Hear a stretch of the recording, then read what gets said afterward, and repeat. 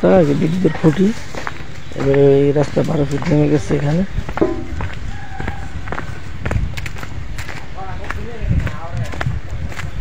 এই যে এই বাউন্ডারি থেকে এই যে 12 ফিট রাস্তা, এই যে জমি একেবারে উঁচু জমি, ঠিক আছে। এই যে আশেপাশে বিদ্যুতের খুঁটি,